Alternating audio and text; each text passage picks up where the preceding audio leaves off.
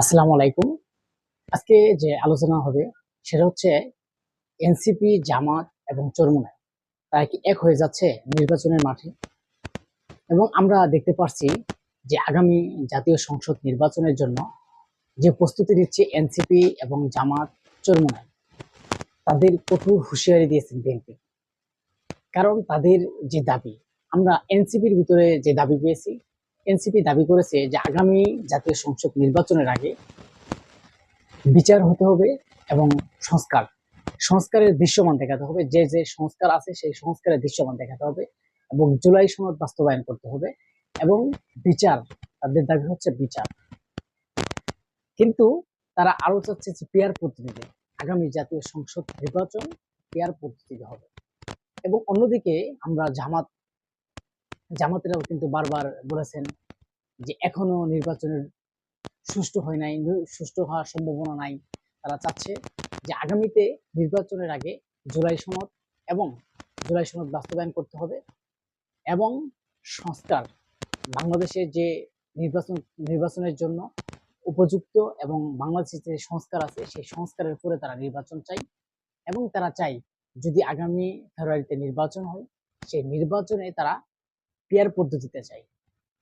মানে এক কথায় বাংলাদেশে তারা পেয়ার পদ্ধতির নির্বাচন ছাড়া তারা ভোট বর্জন করবে এবং কঠোর আন্দোলনের হুঁশিয়ারি দিয়েছে। আমরা কয়েকদিন ধরে মিডিয়াতে আমরা তুলপাট এবং মিডিয়াতে আমরা বহুত কিছু শুনছি এবং জামাত, এনসিপি তারা বিভিন্ন কিছু কথা বলছে এই পেয়ার পদ্ধতি নির্বাচনের জন্য। তারা বলছে যে পেয়ার পদ্ধতি নির্বাচন হবে, কিন্তু বিএনপি মানছে না। বিএনপি বলছে যে পেয়ার পদ্ধতি নির্বাচন তারা বোঝে না এবং বাংলাদেশের জনগণ বোঝে না এবং পেয়ার পদ্ধতি নির্বাচন তারা মানবে না। এবং অন্যদিকে আমরা এই ইসলামিক আন্দোলন, যাকে বলা হয় হাত পাখা এবং চরমোনাইকে, সেটাও কিন্তু এই একই কথা। তারাও কিন্তু এই ইসলামিক আন্দোলন এবং ছাত্র জনতা যে কোনো অভ্যুত্থানের যে দল এবং এনসিপি, সেই এনসিপি এবং বিএনপি বিএনপি কিন্তু শুধু চাচ্ছে না, এনসিপি এবং জামাত তারা কিন্তু সবাই চাচ্ছে এই আগামী নির্বাচন পেয়ার পদ্ধতি নির্বাচন হবে এবং সংস্কার হতে হবে এবং বিচারের দৃশ্যমান দেখাতে হবে। এখন আমরা এটির মধ্যেই দেখা দিয়েছে যে বিএনপি কিন্তু একলা পড়ে গেছে। বিএনপি কিন্তু বারবার বলছে যে পেয়ার পদ্ধতি নির্বাচন তারা মানে না। কারণ বাংলাদেশের জনগণ পেয়ার পদ্ধতি নির্বাচন মানে না এবং বাংলাদেশের যে নিয়ম নাই পেয়ার পদ্ধতি নির্বাচন এবং বাংলাদেশের জন্য এটা উপযুক্ত না।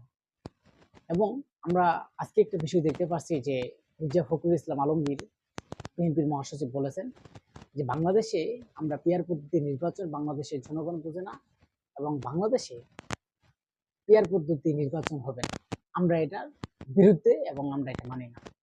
এবং অন্যদিকে জামাত কিন্তু কঠোর হুঁশিয়ারি দিয়েছে এবং এনসিপিরা, যেমন নাসিরউদ্দিন পাটোয়ারি, তিনি বলেছেন যে আগামী নির্বাচন পেয়ার পদ্ধতিতে হবে এবং জুলাই সনদ হবে এবং সেই নির্বাচন যে সংসদ, নতুন যে সংসদের আইন গঠন করা হবে সে অনুযায়ী। এবং এনসিপির নেতারাও বলছেন।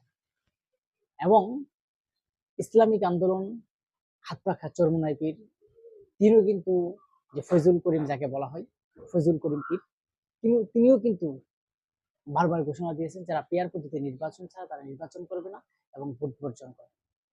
এখন আমরা একটা জিনিস দেখতেছি, সেটা হচ্ছে যে পেয়ার পদ্ধতি নির্বাচন শুধু বিএনপি চায় না এবং চাই যে এই দলগুলা বাংলাদেশের যে গণঅভ্যুত্থানের পরে, সবাই গণঅভ্যুত্থানের আগে বাংলাদেশ যখন শেখ হাসিনা এই বাংলাদেশের প্রধানমন্ত্রী হিসেবে দায়িত্ব ছিল এবং বাংলাদেশ যখন শেখ হাসিনার হাতে ক্ষমতায় ছিল এবং আওয়ামী লীগের ক্ষমতায় ছিল, সে সময় কিন্তু এই যে আওয়ামী লীগের নির্বাচনের সময় তারা কিন্তু সবাই ঐক্য এবং সুন্দরভাবে বসবাস করত এবং একসাথে তারা চলাফেরা করত এবং তাদের একটাই দাবি ছিল যে বাংলাদেশের মানুষের গণতান্ত্রিক নির্বাচন এবং মানুষের ভোটের অধিকার তাদের ফিরিয়ে পাওয়া। আমরা দেখেছি যে বিএনপির নেতা এবং চরমোনাইয়ের অনেক সমাবেশে আমরা মির্জা ফখরুল ইসলামকে দেখেছি, জামাতের ওই জায়গায় দেখেছি এবং বিএনপির অনেক সম্মেলনে এবং তারা যে বিভিন্ন দলের নেতাকর্মীরা এসেছে, যদি আওয়ামী লীগ বাদে। এখন আমাদের একটা প্রশ্ন, যে হঠাৎ করে যে ঐক্য বিরল হচ্ছে বাংলাদেশের বুকে এবং বাংলাদেশের রাজনীতি নিয়ে সরগরম এবং উত্তাল হচ্ছে। আমরা বাংলাদেশের মানুষ আসলে পিয়ার বুঝে কিনা, এবং বাংলাদেশে এই যে পিয়ার পদ্ধতি নির্বাচন নিয়ে তোলপাড় চলছে, এবং তারা যদি এভাবে চলতে থাকে তাহলে বাংলাদেশের অবস্থা কিন্তু খুবই খারাপ হতে পারে। এবং মানুষ বলছে যে এই যে মানে গণঅভ্যুত্থানের 24শে যে জুলাই গণঅভ্যুত্থানের নেতৃত্বদান, তারাই কিন্তু বাংলাদেশের এই জায়গাকে মুক্ত করে দিয়েছে। কারণ না হলে কিন্তু এখনো নির্বাচন হতো না, না হলে কিন্তু এখনো দেশ স্বাধীনভাবে চলতো না, না হলে কিন্তু এখনো মানুষ এই ভোটের অধিকার পাবো এরকম আশা করতো না, না হলে ডক্টর ইউনূস বলতে পারতো না যে আগামী সুন্দর এবং সুষ্ঠু নির্বাচন করব এবং সারা বাংলাদেশে মানে বাংলাদেশে এরকম কখনো নির্বাচনের এরকম একটা সুন্দর নির্বাচন করতে যাচ্ছে। এবং স্বরাষ্ট্র উপদেষ্টা, আইনমন্ত্রী, বিভিন্ন উপদেষ্টারা যারা আছেন তারা কিন্তু সবাই বলছে যে আগামী নির্বাচনটা এত সুন্দর একটা এবং প্রফুল্লভাবে নির্বাচন করবে যে বাংলাদেশে কখনো একটা মানুষ অন্য একজন মানুষ যাতে বলতে না পারে যে কি নির্বাচন করেছে, পরবর্তীতে আমাদের যাতে বলতে না পারে কি নির্বাচন করেছে। তার জন্য কিন্তু তারা নির্বাচনের সুন্দর একটা পরিস্থিতির জন্য মোকাবিলা করছে এবং পরিস্থিতির জন্য কাজ করছে।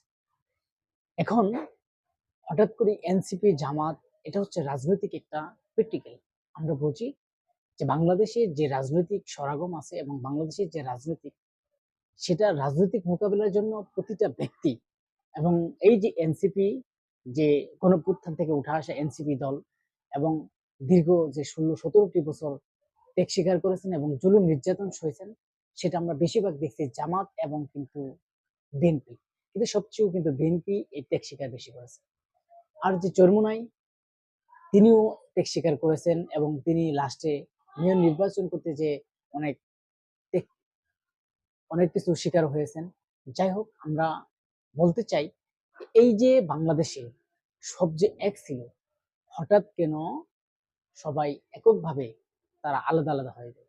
এনসিপি কে নিয়ে তো টানা হলো কেন? এনসিপি চাই জামাত এবং চরমোনাই, তারা তাদেরকে দেখিয়ে কি নির্বাচন করতে চায়? মানে 24শে যে গণঅভ্যুত্থান, মানুষকে তারা কি দেখাতে চাচ্ছে, মানে মানুষের জনগণের প্রশ্ন, তারা কি দেখাতে চাচ্ছে যে আগামী যে গত যে 24শে যে গণঅভ্যুত্থানের হয়েছে, নেতৃত্ব হয়েছে, সেটা কি চরমোনাই এবং জামাতের নেতৃত্ব হয়েছে, এবং কি তারাই এই এনসিপির সাথে একত্রিত হয়ে বাংলাদেশে একটা নির্বাচন করতে চাচ্ছে? আমরা বলি তারা কি এদের সাথে জোট করে নির্বাচন করবে কিনা। এখন বাংলাদেশে যে পরিস্থিতি, আমরা মনে করি যে বাংলাদেশ প্রতিটা রাজনৈতিক একটা প্রতিটা মানুষের একটা অভিভাবক, সেই রাজনৈতিক দলকে আমরা মনে করি যে ঐক্যবদ্ধভাবে এই যে একটা বিএনপি একটা এত বড় দল, আপনারা বিএনপির সাথে না নিয়ে আপনারা একটা মন গড়া একটা কথা বললেন, হ্যাঁ বলতে পারেন। এখন যদি আপনারা নির্বাচনে অংশগ্রহণ না করেন, কারণ এই দেশের জনগণ কি মানবে মানবে না, আমি মনে করি এই দেশের জনগণ পেয়ার আসলেই বুঝে না। সংস্কার এই দেশের বাংলাদেশের মানুষ চাই এবং প্রতিটা রাজনৈতিক দলই সংস্কার চাই। এখন কথা হচ্ছে এই যে জামাত, এনসিপি এবং চরমোনাই, তারা যে সংস্কার চাচ্ছে এবং বিএনপি বলছে যে সংস্কারে তারাও সংস্কার চাচ্ছে, কিন্তু তারা বলে যে বিএনপি সংস্কার চায় না। এখন আমার প্রশ্ন হচ্ছে, ডক্টর ইউনূস যদি সংস্কার করে এই বাংলাদেশের, আমি মনে করি এই বাংলাদেশের যে অবস্থা, সেই অবস্থায় যদি আপনার সংস্কার করা হয়, সেই সংস্কার কি 5 বছরে শেষ হবে? সংস্কারের তো কোনো শেষ নাই। কারণ এই যে বাংলাদেশের রাস্তাঘাট এবং নির্বাচন কমিশনের এবং বিভিন্ন মন্ত্রণালয়তে, বিভিন্ন পুলিশ বাহিনী, সেনাবাহিনী, বিভিন্ন সরকারি বাহিনীতে এবং বিভিন্ন জায়গায় রাস্তার মেরামত, সংস্কারের, আমি মনে করি যে বাংলাদেশের সংস্কারের শেষ নেই। এখন আপনারা কোন সংস্কারের কথা বলছেন? কতদিন লাগতে পারে? বিএনপির প্রশ্ন হচ্ছে তারা সংস্কার চায়, কিন্তু এখন যে পরিস্থিতি আছে, যে সংস্কার আছে, সেটা দিয়ে বাংলাদেশের নির্বাচন সম্ভব। গণতান্ত্রিক দেশ ছাড়া কিন্তু কখনো এই দেশের মানুষ নিরাপদ থাকবে না। এই যে এইগুলোর কথা, কিন্তু জামাত, এই যে চরমোনাই কিন্তু এই সংস্কারগুলো চাচ্ছে। আর বিচার, আমরা স্পষ্টভাবে দেখেছি যে চরমোনাই আওয়ামী লীগের বিচার চেয়েছে এবং বিএনপিও বিচার চেয়েছে, এনসিপি বিচার চেয়েছে এবং জামাতও বিচার চেয়েছে আওয়ামী লীগের। এখন কথা হচ্ছে যে পর্যন্ত এনসিপি বলেছে, এনসিপি জামাত বলেছে বিচার যে পর্যন্ত না হবে এই পর্যন্ত নাকি নির্বাচন হবে না এবং বাংলাদেশে নির্বাচন হবে। আমি মনে করি যে এই যে বিচার হবে, বিচার কাকে করবে? বাংলাদেশের যে প্রধানমন্ত্রী এবং বাংলাদেশের যে আওয়ামী লীগের এমপি মন্ত্রীরা ছিল তারা তো দেশের বাইরে সবাই চলে গেছে। এখন ওরা যদি 10 বছর না আসে, সেই 10 বছর যদি ওদের বিচার না হয়, 10 বছর কি ডক্টর ইউনূস ক্ষমতায় থাকবে?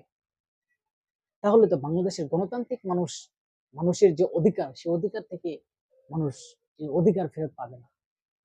আসলেই আমি বলতে চাচ্ছি যে আগামী যে নির্বাচন, আমরা মনে করি বাংলাদেশের যত রাজনৈতিক দল আছে এবং বিএনপি ছাড়া অন্য দল যারাও আছে সবাই একত্র হয়ে এই বাংলাদেশে একটা এত সুন্দর নির্বাচন হবে যে বাংলাদেশে কখনো হয় না, এটাই আমরা আশা করি ডক্টর ইউনূস থেকে। আসলেই রাজনৈতিক মতপার্থক্য থাকতে পারে, সবাইকে ঐক্যবদ্ধভাবে কাজ করতে হবে, নাহলে গণঅভ্যুত্থান ব্যর্থ হবে। সবাই ভালো থাকবেন, সুস্থ থাকবেন।